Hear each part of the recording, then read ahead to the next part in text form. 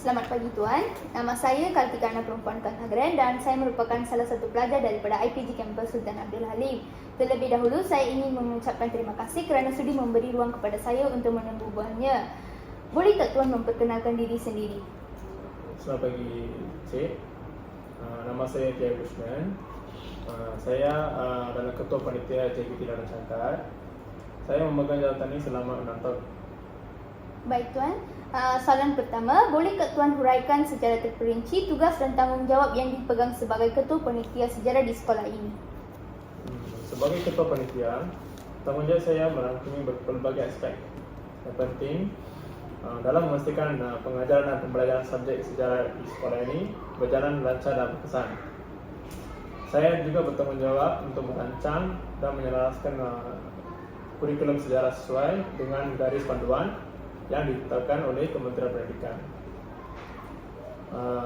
Ini juga penyusulan plan pengajaran tahunan, pemilihan bahan bantu mengajar, serta menyediakan modul dan latihan untuk guru-guru sejarah yang lain.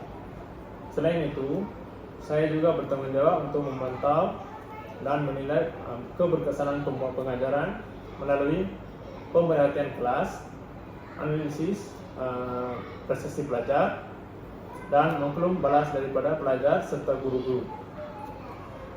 Selain itu, saya juga memastikan bahawa semua guru sejarah di sekolah ini dilengkapi dengan pengetahuan terkini melalui penyertaan dan kursus dan bengkel profesional. Selain itu, saya juga menjalankan kerjasama dengan pihak luar seperti museum, institusi sejarah, dan industri bagi menyediakan peluang pembelajaran luar kelas yang bermakna bagi pelajar. Baik Tuan, soalan kedua pula, apakah cabaran utama yang Tuan hadapi dalam mengajar subjek sejarah di sekolah ini? Salah satu cabaran utama ialah menangani persepsi negatif pelajar terhadap mata pelajaran sejarah sebagai subjek yang membosankan dan sukar. Ramai pelajar juga kurang berminat kerana menganggap sejarah sekadar hafal fakta dan tarikh tanpa memahami kaitan dengan kehidupan masa kini. Selain itu, cabaran dalam penyampaian kandungan sejarah dengan cara yang menarik dan relevan juga amat ketara.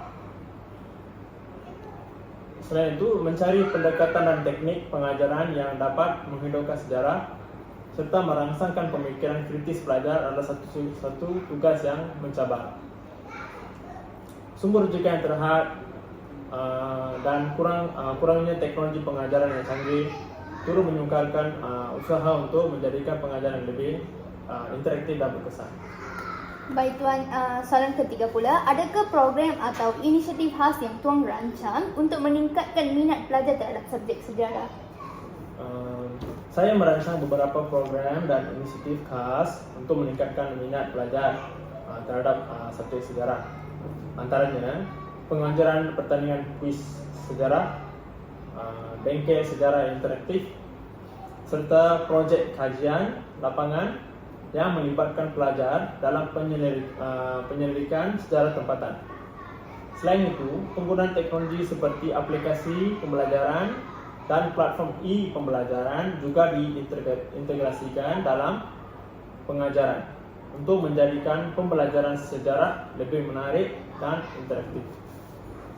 Baik Tuan, soalan yang akhir sekali adalah bagaimana Tuan menilai keberkesanan kaedah pengajaran sejarah yang digunakan di sekolah ini? Keberkesanan kaedah pengajaran sejarah di sekolah ini dinilai melalui beberapa kaedah. Yang pertama, kami menggunakan penilaian berterusan yang merangkumi ujian informatif, projek berkumpulan, dan tugas individu untuk melihat sejauh mana pelajar memahami dan menguasai kandungan yang diajar di dalam kelas. Selain itu, maklum balas daripada pelajar melalui soal seledik dan sesi refleksi juga amat penting untuk menilai keberkesanan kaedah pengajaran. Ini membantu kami untuk memahami persepsi pelajar terhadap pengajaran dan pembelajaran yang diterima serta mengenal pasti aspek yang perlu diperbaiki. Pemerhatian kelas secara berkala oleh ketua panitia atau pentadbir sekolah juga dijalankan untuk menilai keberkesanan strategi pengajaran dan pembelajaran serta pengurusan bilik darjah. Kami juga melihat beberapa persepsi pelajar dalam peperiksaan dalaman dan luaran sebagai indikator keberkesanan pengajaran. Akhir sekali, perbincangan dan perkongsian pengalaman antara guru-guru sejarah dalam mesyuarat panitia dan latihan profesional membantu dalam meningkatkan dan memperbaharui pendekatan pengajaran agar sentiasa relevan dan berkesan. Terusnya, apakah cabaran utama dalam mengintegrasikan teknologi dalam pengajaran sejarah dan bagaimana cara untuk mengatasinya?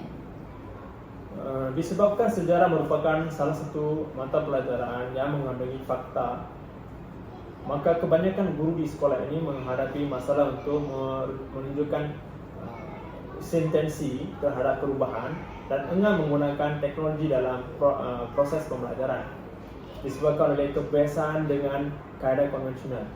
Maka pihak sekolah ini sentiasa mengambil inisiatif untuk lebih produktif dalam melatih dan menyokong guru-guru untuk mengintegrasikan teknologi dalam pengajaran sejarah.